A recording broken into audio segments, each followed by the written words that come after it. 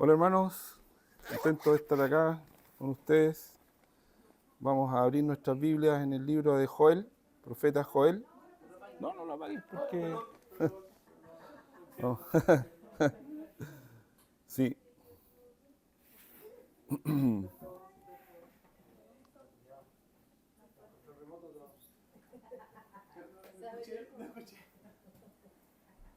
no, está bien. Bueno, el hermano Benjamín nos hizo una introducción la semana pasada, ¿cierto? Para que nos podamos contextualizar con el profeta Joel. Y hoy vamos a ver ya propiamente tal lecciones y las enseñanzas que podemos sacar para nuestra vida. Y vamos a hablar de Joel como el profeta de Jerusalén y del templo. ¿Por qué lo catalogamos así o lo catalogué de esta forma? Porque si uno observa, ¿cierto? Eh, Dos de las cosas que más repite Joel en sus 3 capítulos es justamente estos 2 puntos o estas 2 cosas. Habla de la ciudad de Sión, menciona a Sión muchas veces, en muchos versículos, y esa es una forma, es como una forma, vamos a decir, teológica de referirse a Jerusalén, ¿ya? Es como la forma en que Dios le llama a Jerusalén, ¿ya? Es como una forma mucho más íntima, es como una manera cariñosa de llamar a la ciudad de Jerusalén. Y, y Joel usa mucho eso, esa frase, ¿no? Habla de Sión en muchos pasajes, ¿ya? En varios pasajes. Si usted se fija al leer el contenido, ¿cierto? En el texto, se va a encontrar con, con esa frase varias veces, ¿ya? Eh, y especialmente a partir del capítulo 2, ¿ya? Específicamente a partir del capítulo 2, ¿cierto? Ahí comienza, dice, tocad trompeta en Sión, ¿se fija? Y dad alarma en mi santo monte, y ahí continúa, ¿cierto? Después en el versículo 15, ahí mismo en el capítulo 2, ¿cierto? Tocad trompeta en Sión nuevamente. Y así continúa, ¿verdad? Y también después ya habla o derechamente dice Judá, menciona a Judá y a Jerusalén. Pero el otro tema importante o que Joel eh, utiliza mucho es la casa del Señor, ¿ya? O la casa de Yahvé. ¿Cierto? Ahí, si usted se fija, versículo 9, por ejemplo, aparece eh, la mención de la casa del Señor. Después, versículo 13, capítulo 1, la casa de vuestro Dios. Versículo 14, la casa del Señor vuestro Dios. Versículo 16, la casa de nuestro Dios. ¿Verdad? Y así. Menciona lugares dentro del templo, ¿cierto? Capítulo 2, versículo 17, entre la entrada y el altar, ¿cierto?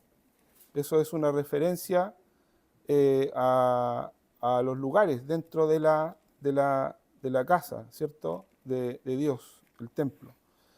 Entonces, todas esas menciones no son casualidades, ¿ya? Es algo en lo cual el profeta insiste porque su mensaje, el contenido de su mensaje va a estar relacionado con estas 2 cosas, ¿ya? Con la ciudad de Jerusalén, Sión, la ciudad de Dios, y con el templo, ¿ya? Y con el templo. Entonces es importante que tengamos en mente eso. Como dijo Benjamín la semana pasada, no sabemos mucho de Joel, él no hay dentro del libro algún detalle como se da en otros profetas, que se puede saber un poco más de ellos. Lo único que sabemos es que era hijo de Petuel, y de Petuel sabemos menos que de Joel. Así que es prácticamente nada lo que podemos saber de ellos, pero sí podemos deducir algunas cosas, ¿ya? Y una de las cosas que se puede deducir al leer al profeta Joel es que, por ejemplo, su poesía era muy clásica, ¿ya? Es decir, era muy de alto nivel. Entonces, ¿qué significa eso? ¿Ya? Que Joel tiene que haber tenido una muy buena educación, ¿ya? No cualquier persona podía tener la habilidad, ¿cierto?, de escribir de la manera en que Joel escribió. Muchos de los libros de la Biblia nosotros sabemos que fueron escritos por diferentes personas, ¿cierto? Diferentes autores. ¿Y qué significa eso? ¿O qué incidencia puede tener eso? Bueno, cuando Dios, el Espíritu Santo en este caso, inspiró su palabra, la inspiración, entre otras cosas, no significa que el Espíritu Santo pasó por alto las cualidades propias del escritor. No sé si me entiende. ¿Ya? Por ejemplo, Moisés, que escribió ¿cuáles libros de la Biblia? Y números. Ya, muy bien. Un aplauso para Elisa. Ya, excelente. Mire, Moisés, que escribió los 5 primeros libros de la Biblia, Moisés era un estadista, ¿ya? Por ponerle un título, ¿ya? ¿Qué significa un estadista? Una persona que fue preparada, por ejemplo, para ser un gobernante. Moisés fue educado en Egipto, ¿cierto? Fue educado en la corte de Faraón. Moisés fue entrenado para convertirse en un rey, en un emperador, en un gobernante. Entonces él tenía mucha educación, mucha preparación. Seguramente él le enseñó a leer a muchos de los judíos. Los judíos eran esclavos cuando él los sacó de Egipto, o cuando el Señor los sacó de Egipto a través de Moisés. Entonces probablemente él le enseñó a leer a muchos de ellos, ¿ya? Entonces uno puede ver, por ejemplo, en sus escritos la influencia, ¿cierto?, de la educación, vamos a decir así, ¿cierto?, que él tenía. Después tenemos varios profetas que escribieron, ¿verdad? Y uno puede ver allí la diferencia, ¿ya? Uno en la traducción que nosotros tenemos de la Biblia, muchas veces no logramos distinguir esa diferencia, ¿cierto? Uno lee nomás y piensa que poco menos que todos están, por así decir, al mismo nivel educativo, por decirlo de una manera, ¿ya? Pero no es así, se nota la diferencia, ¿ya? Cuando había, por ejemplo, una persona como Amós, por ejemplo, que era un simple agricultor, un recolector de uvas o higos, ¿ya?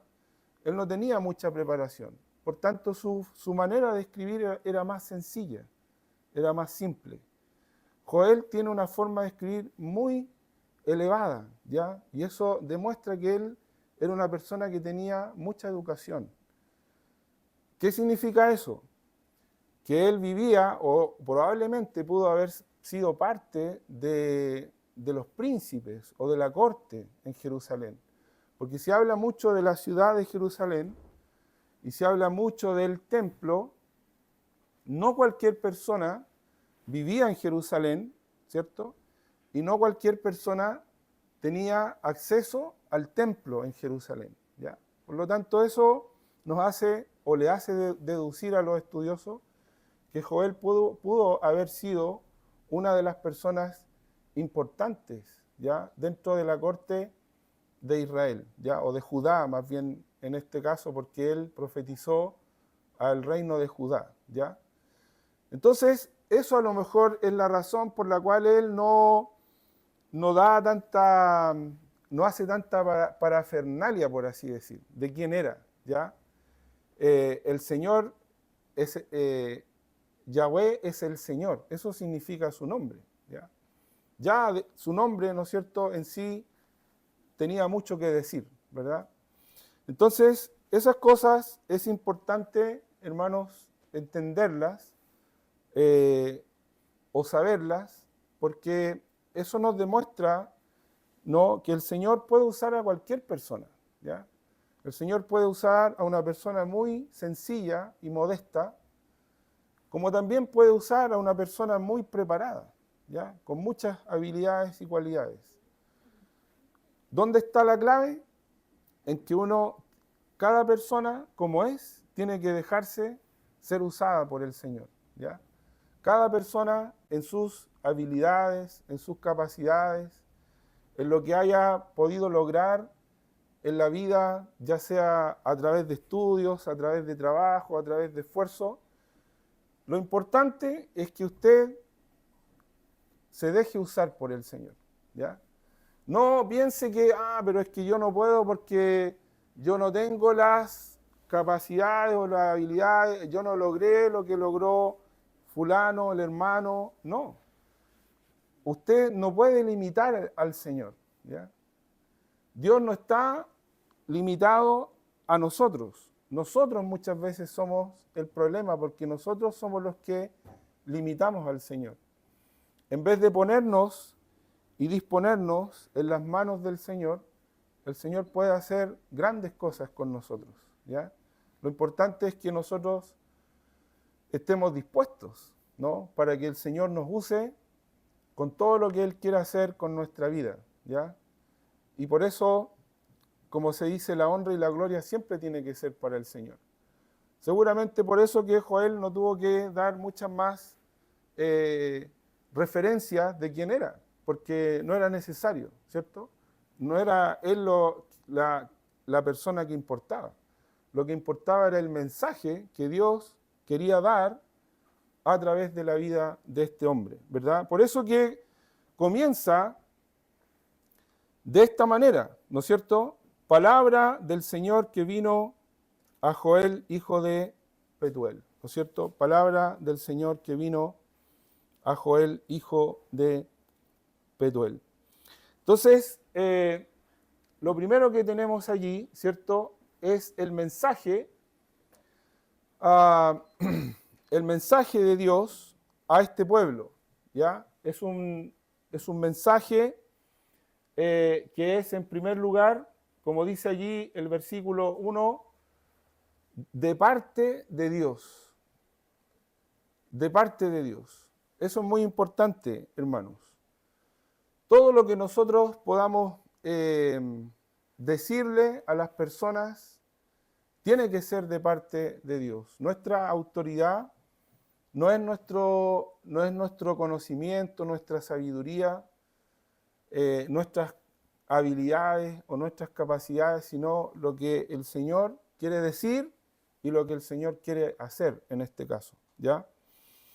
Entonces, en primer lugar, el mensaje está dirigido de parte de Dios, dice primeramente a los líderes, ¿ya?, pero también al pueblo. ¿Qué dice el versículo 2? Si alguien me ayuda con la lectura. Oíd esto, ancianos, y escuchad, todos los moradores de la tierra. ¿Ha acontecido esto en vuestros días o en los días de vuestros padres? Ya. Oíd esto, ancianos. Esa palabra no se refiere a la gente mayor, ¿ya?, a los viejitos, sino que es una forma de dirigirse a los líderes, ¿ya? Oíd esto, ancianos, y escuchad todos los moradores de la tierra. En primer lugar, ¿por qué le habla a los líderes? Porque hay un orden dentro del pueblo. Si bien había muchas cosas que no estaban bien, y por eso que viene esta palabra, este mensaje de parte de Dios para llamarlos a ellos al arrepentimiento por sus pecados, por las cosas que no estaban bien. Sin embargo, hay un orden estructural dentro de la nación, dentro del pueblo, y como Joel de alguna manera probablemente tenía relación con ellos, tenía alguna cercanía con ellos, su llamado es primeramente a los líderes, ¿ya? Oíd esto, ancianos, pero también todos los moradores de la tierra, ¿ya? Aquí nadie puede decir, no, los palos aquí van solamente en una dirección, ¿no? Sí, todos tenemos algún grado de responsabilidad, ¿ya? Los líderes siempre tienen un grado, por así decir, un poco más alto de responsabilidad, porque ellos son los encargados de dirigir. Por algo están en esa posición de liderazgo. La Biblia siempre llama la atención a los líderes del pueblo, a los reyes, a los sacerdotes en el Antiguo Testamento, y en el Nuevo Testamento, en la iglesia, le llama la atención, ¿cierto? Siempre hay un llamado de atención a los pastores, a los ancianos, a los maestros, ¿cierto? ¿Por qué? Porque hay un grado de responsabilidad que no podemos eludir. Y es muy importante eso, que cada uno asuma sus responsabilidades, ¿ya? A lo mejor usted puede decir, bueno, hermano, entonces aquí yo me lavo las manos porque yo no tengo ningún ministerio, ningún liderazgo dentro de la iglesia. No, usted está equivocado. Porque si usted tiene un hogar, una familia, usted también tiene un liderazgo dentro de su familia y tiene una responsabilidad. Si usted es padre, si usted es esposo, si usted es padre, si usted es madre, usted tiene una responsabilidad. Usted está liderando a sus hijos, a su familia, en su hogar. Y entonces también tiene un llamado. Por eso que al final el mensaje es para todos. Pero si usted tiene una responsabilidad, entonces tiene que asumir su responsabilidad. Nadie puede evadirse de sus responsabilidades. Y el Señor nos hace responsables, hermano, a nosotros. El Señor nos hace responsables de nuestros hogares, de nuestras familias, de nuestros matrimonios, de nuestros hijos, de nuestro trabajo. Usted a lo mejor es un empleado, o a lo mejor usted tiene un rol más que un empleado dentro de su trabajo. Bueno, todas esas responsabilidades, de alguna manera, usted las ha recibido también de parte de Dios. Cada cosa, hermano, cada cosa que nosotros tenemos y hacemos en nuestra vida es de parte de Dios. Dios nos ha dado esas cosas. Dios nos ha dado el privilegio de tener un hogar, una familia. Dios nos ha dado el privilegio de tener hijos. Dios nos ha dado el privilegio de tener un trabajo, un desempeño laboral de mi vida. Todo eso viene de parte de Dios. Y Dios nos hace a nosotros responsables de esas cosas. No podemos evadir nuestra responsabilidad. No lo haga. Asúmala delante del Señor. Asuma cada uno su responsabilidad delante del Señor, porque Él nos llama a eso. Y eso es lo que está haciendo aquí Joel. Ahora, parece extraño que, por ejemplo, no mencione a un rey, ¿cierto? Cuando se supone que los profetas en este tiempo, en los tiempos que ellos profetizaron, la mayoría de los profetas, por ejemplo, decía que profetizaba durante el reinado de tal o cual rey, ¿ya? Como para dar un marco referencial de el tiempo en que ellos profetizaron. Joel no da ese marco referencial, no menciona a ningún rey, y algunos estudiosos creen que pudo haber sido, lo más probable, el tiempo en que reinó el rey Joás. Si me acompañan a Segundo de Crónicas, capítulo 24, ¿quién era este rey Joás? Segundo de Crónicas, capítulo 24, si alguien me puede ayudar con 24:1.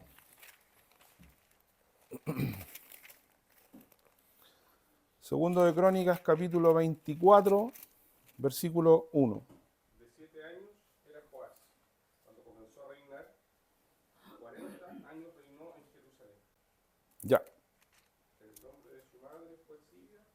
de Berseba. Gracias. ¿Cuántos años tenía cuando comenzó a reinar? 7 años. ¿Quién tiene 7 años? ¿Saquito tiene?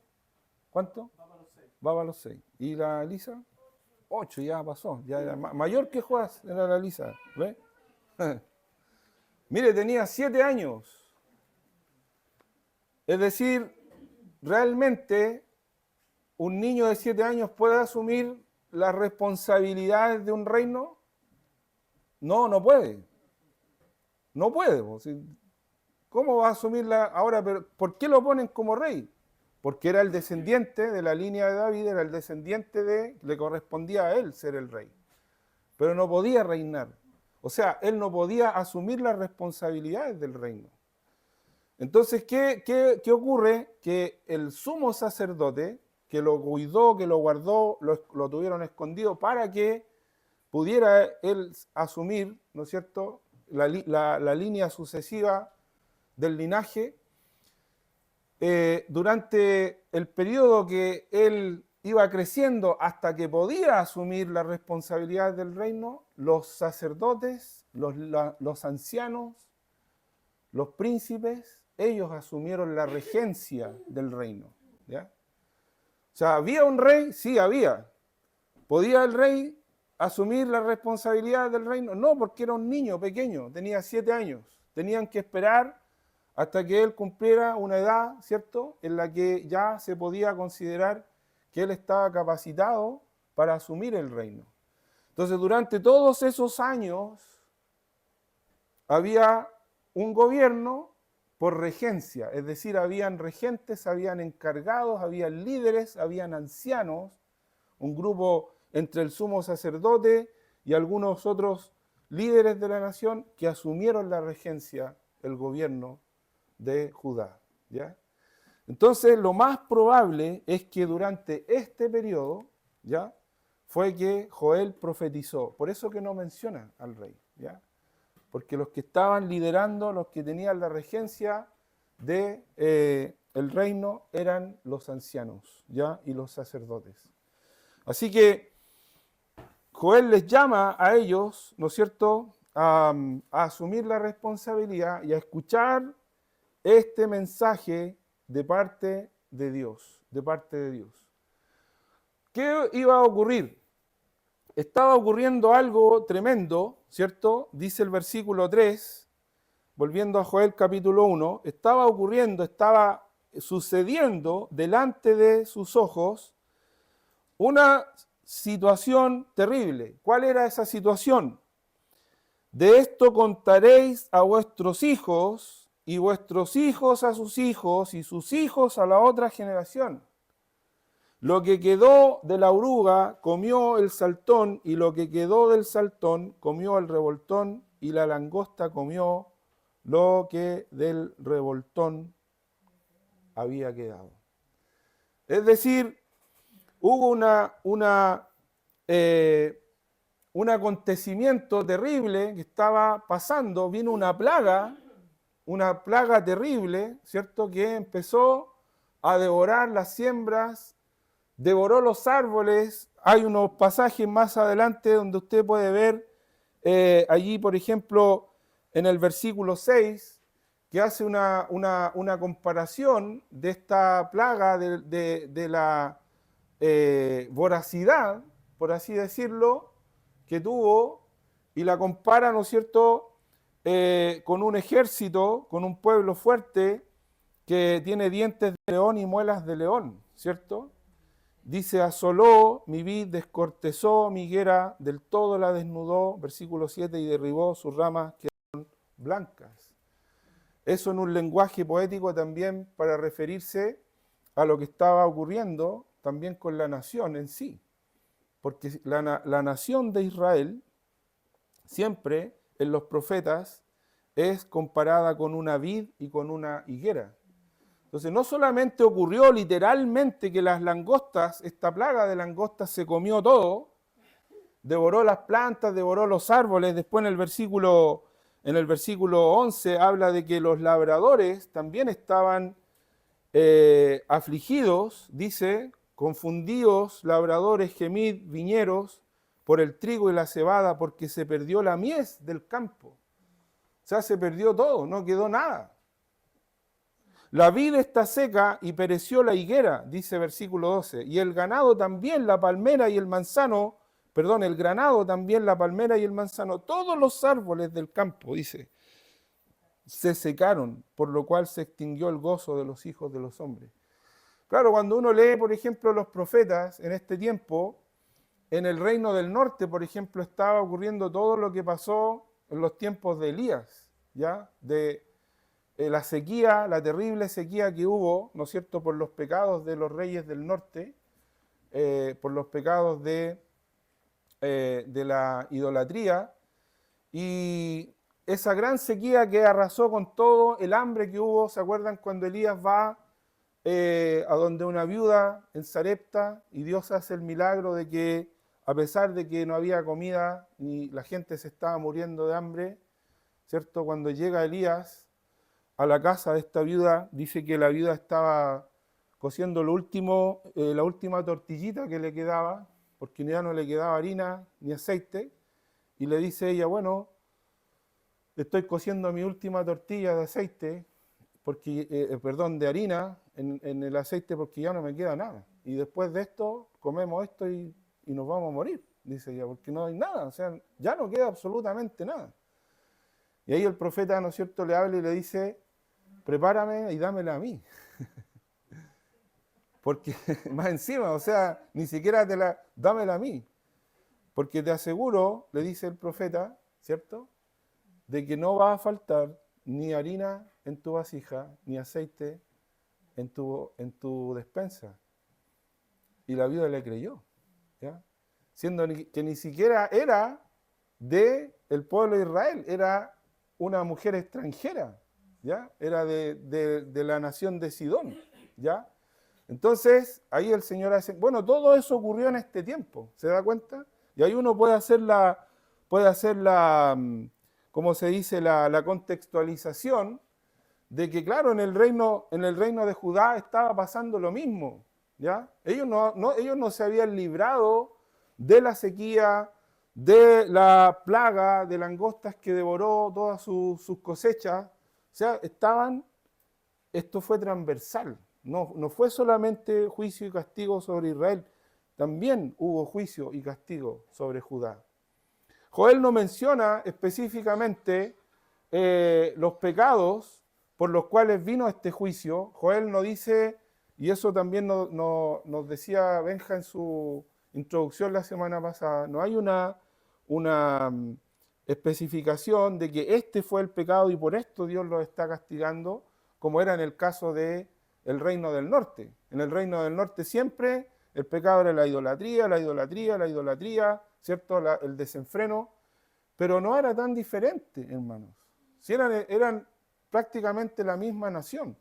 Solamente la única diferencia que hubo entre la nación del sur, que era esta, Judá, y la nación del norte, que era Israel, era que algunos reyes del sur fueron reyes que anduvieron en los caminos de Dios. De hecho, este rey, el rey Joás, que estaba en este tiempo, que era un niño todavía, él hizo lo bueno ante los ojos del Señor, dice allí la historia, ¿verdad?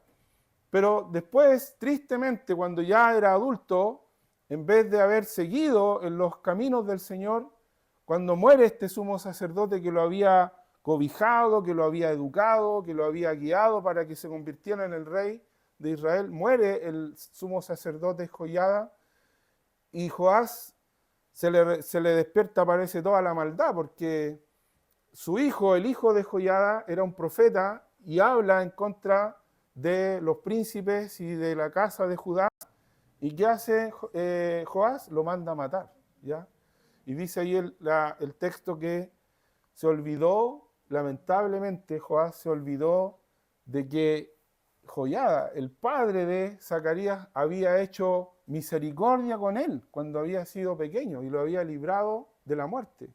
Pero suele pasar eso. Las personas, cuando se apartan del Señor, en vez de hacer las cosas bien, siempre terminan haciendo las cosas mal, siempre terminan tomando malas decisiones y hacen cosas que al Señor no le agradan. Pero esa fue la única diferencia entre el reino del sur y el reino del norte, ¿ya? Que hubo algunos reyes que sí hicieron lo bueno delante del Señor, ¿ya? Pero por supuesto que la razón por la cual Dios tiene que haber enviado este juicio, este castigo terrible, fue por los pecados de Judá. La ley dice en Deuteronomio, vamos a leer 2 versículos ahí en Deuteronomio porque no podemos leer todo el capítulo, es muy largo, léalo después usted, tarea para la casa. Deuteronomio capítulo 28, versículo 42 y versículo 59. Si alguien me ayuda, Deuteronomio 28, 42 y 59. Fíjese lo que dice. Toda tu arboleda y el fruto de tu tierra serán consumidos por las langostas. 59. Entonces Jehová aumentará maravillosamente tus plagas y las plagas de tus descendencias, plagas grandes y permanentes y enfermedades malignas y duraderas. Ya. ¿Qué es esto que tenemos acá? Si usted va un poquito más atrás, al versículo 15, no sé si en sus Biblias aparece un título, 28:15. ¿Cuál es el título que aparece ahí en sus Biblias? Consecuencias de la desobediencia, ¿se da cuenta? Entonces, ¿qué tenemos acá? Eso, tenemos exactamente lo que Dios le había dicho al pueblo que iba a pasar si ellos no andaban en la ley del Señor. La desobediencia, ¿qué dice el hermano Luis? Lo repite hasta el cansancio. La desobediencia tiene consecuencias. Y ahí están, por supuesto. Tiene consecuencias. Y estas eran las consecuencias. Y vino el juicio del Señor. Mire, todos sufrieron las consecuencias. ¿Ya? La ley advertía acerca de este tipo de castigo y disciplina de parte de Dios si ellos se apartaban del Señor. Por lo tanto, hubo consecuencias. ¿Ya? ¿Cuáles fueron las consecuencias? Por favor, se me quedó dormido el secretario. Ahí está. Las consecuencias. Todos sufrieron las consecuencias. Mire, desde los más bajos, por así decir, moralmente, desde los borrachos, versículo 5, pasando por los sacerdotes del templo, por los granjeros, hasta la misma tierra, los árboles y el ganado. Versículo 5, despertad, borrachos, y llorad, gemid todos los que bebéis vino a causa del mosto, porque os es quitado de vuestra boca. Esto es un cuadro para que nos podamos dar cuenta de la situación en la que se encontraban. Eso es lo que quiere hacer Joel. Quiere que podamos ver la situación en la que se encontraba el pueblo. La situación en que se encontraban todos, porque uno podría decir, pero aquí los que sufrieron todo esto eran los que tenían menos, los más desposeídos, los que estaban por ahí, andaban, ya no les quedaba otra que andar borrachitos todo el día para olvidarse de los problemas. No, aquí les tocó a todos, ¿ya? De peón a paje, como se dice.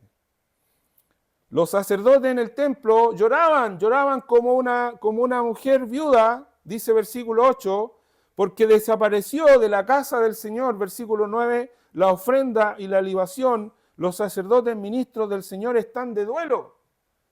Están de duelo porque no pueden hacer nada, no pueden cumplir con el servicio en la casa del Señor. No hay nada que ofrecer. ¿Qué se va a ofrecer si no quedaba nada? Imagínense. Todo lo que significaban la ofrenda, los panes de la proposición que se tenían que poner allí en la mesa, el aceite, la harina, los animales, el sacrificio, los sacerdotes que vivían de las ofrendas que traía el pueblo. Todo se echó a perder, todo se vino abajo, todo se desmoronó, no quedaba nada. La gente, los granjeros, los que producían, no tenían qué producir. Eso es lo que ese cuadro, ¿no?, es el que trata de demostrarnos Joel de la situación en la que estaba el pueblo. Esas son las consecuencias que vino sobre la nación. Entonces, el profeta tiene que hacer un llamado, porque cuando Dios entrega un mensaje, no es solamente para mostrar lo malo. Dios cuando muestra que algo no está bien, es porque Él quiere hacernos un llamado. Él quería hacerle un llamado a su pueblo. ¿Y cuál era el llamado? El llamado era al arrepentimiento. Todos los profetas de Dios, siempre, llamaron al pueblo a arrepentirse. Vuélvanse, vuélvanse, le decía el profeta Jeremías. Es una de las palabras que más usa el profeta Jeremías en su llamado. Volveos, dice el Señor. Isaías lo mismo. Y aquí Joel hace lo mismo y él les llama a tener una actitud de arrepentimiento. Porque el arrepentimiento, hermano, no es solamente decir, chupaya, la embarré, ya, bueno, Señor, perdóname porque me equivoqué, hice mal, hice esto acá, pequé contra ti. No, hay que tener una actitud del corazón. El arrepentimiento la Biblia dice que es un cambio total de la manera de pensar. Eso es el arrepentimiento. Es decir, oye, yo estoy mal con esto que estoy haciendo. No puedo seguir en este rumbo. Si yo sigo por este camino, voy a terminar mal, voy a terminar de la peor manera. Y ya el Señor me está dando muestras evidentes de que las cosas no están bien. Entonces tengo que hacer algo. Ceñíos y lamentad, dice versículo 13, sacerdotes. Un llamado a ellos, porque ellos son los líderes espirituales. Tenían que llamar al pueblo a acercarse a Dios. Versículo 13. Dice, ministros del altar, venid, dormid en cilicio. Esa era una muestra de dolor, de aflicción.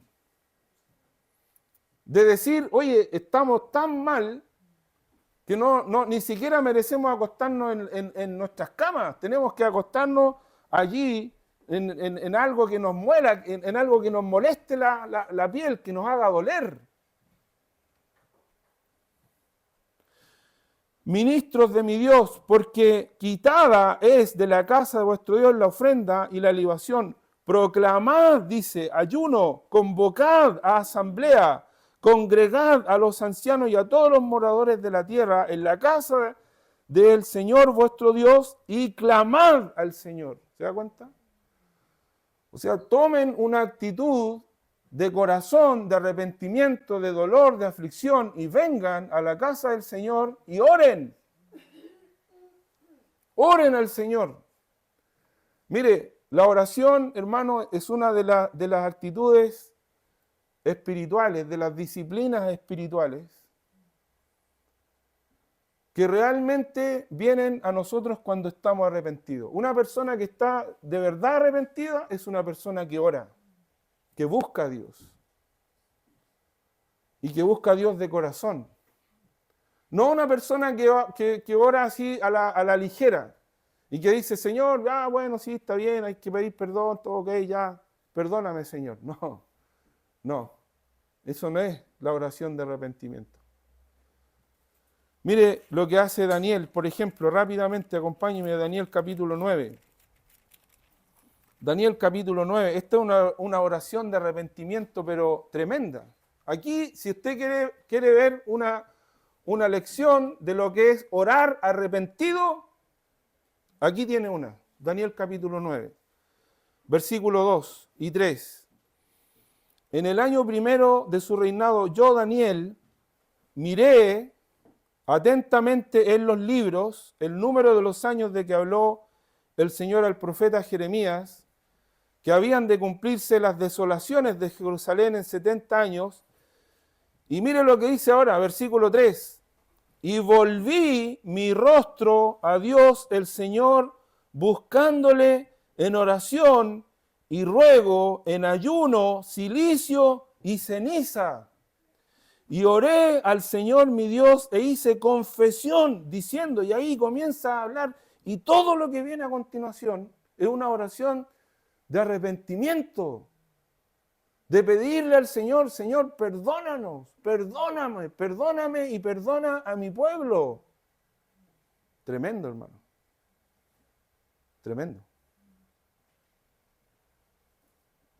Yo cuando leo esta porción y cuando la leía otra vez, por eso que ando todavía con los pelos medios parados, porque de verdad es tremendo. Nada que ver con muchas veces cuando vamos al Señor, nosotros delante de Él, a confesarle pecado y pedirle perdón. Una cosa así a la ligera. Y me siento avergonzado por eso. Yo me siento avergonzado cuando veo esto, hermanos. De verdad se los digo. No se los estoy espetando a ustedes. Me lo digo a mí mismo. Veo esto y me avergüenzo de mis oraciones de arrepentimiento. Porque esto sí es arrepentimiento. Esto es orar pidiéndole al Señor perdón. Y eso es lo que Joel le estaba diciendo al pueblo de Dios. Y es lo que el Señor nos dice a nosotros, hermanos. Este es el llamado. Este es lo que tenemos que hacer con una actitud verdadera de arrepentimiento. ¿Por qué hace este llamado el profeta? Porque el Señor también quiere advertir a su pueblo.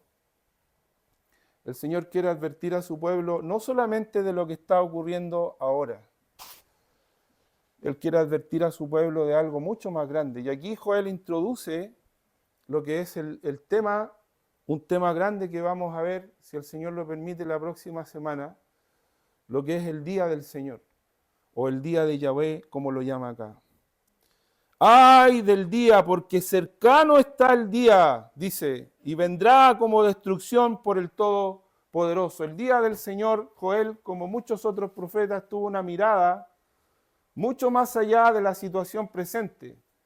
Pudo ver en el juicio cercano, en lo que estaba ocurriendo en ese momento, una sombra de un juicio mucho más grande y terrible que un día vendría, al cual lo describe como el día de Yahvé, el día del Señor. Este evento es descrito como un día en el cual Dios derramará toda su ira sobre la humanidad, no solo sobre su pueblo Israel.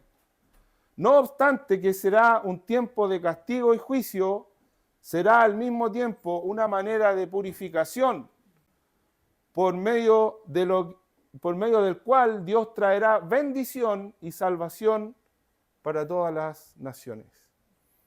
Ese es un tema grande. Si el Señor lo permite, la próxima semana vamos a entrar en él para que podamos examinarlo. ¿Ya?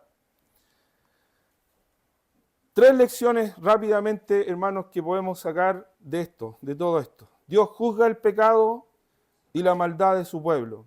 A veces pasa el tiempo y aunque puede haber una aparente bonanza y bendición de abundancia y bienestar, no es para que nos deleitemos en la maldad, sino para que veamos la gracia de Dios y nos volvamos en mayor gratitud y adoración al Señor, que es tan paciente y misericordioso con nosotros.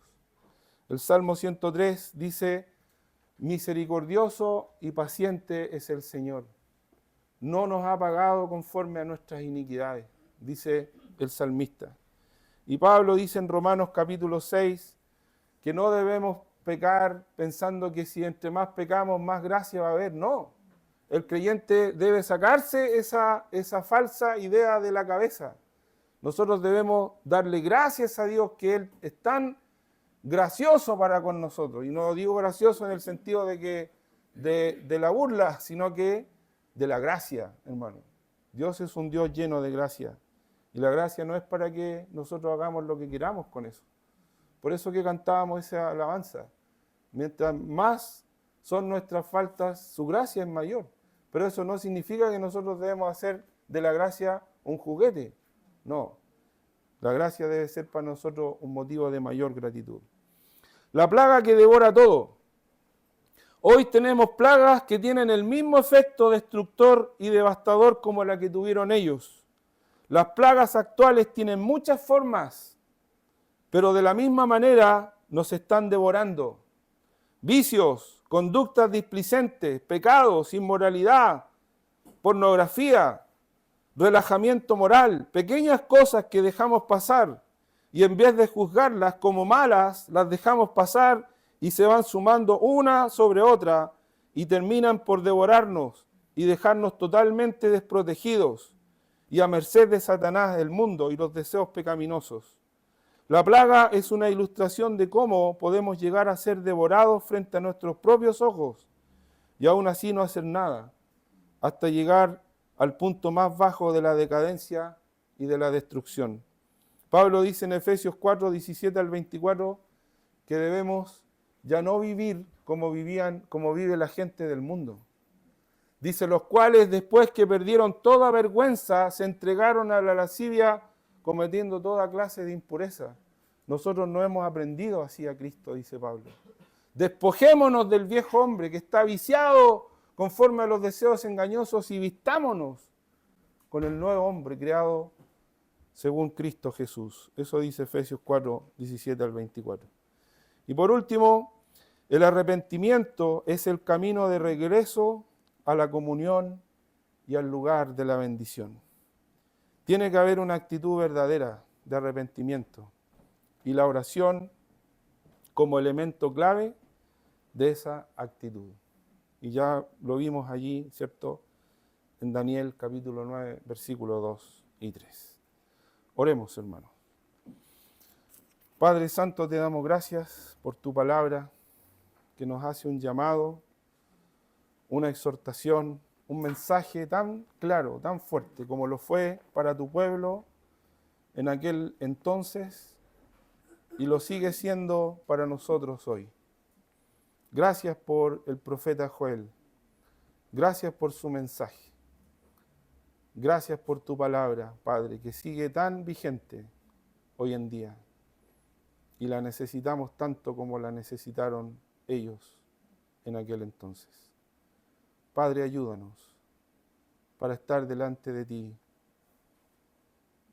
Ayúdanos, Padre, para apartarnos de los malos caminos, volvernos a ti de corazón, arrepentidos, buscándote, Señor, como tú lo mereces, y ser para ti hijos que te honren, que te glorifiquen.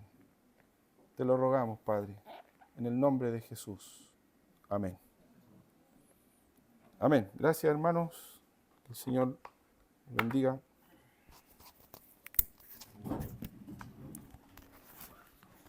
Vamos a pasar a la oración, entonces.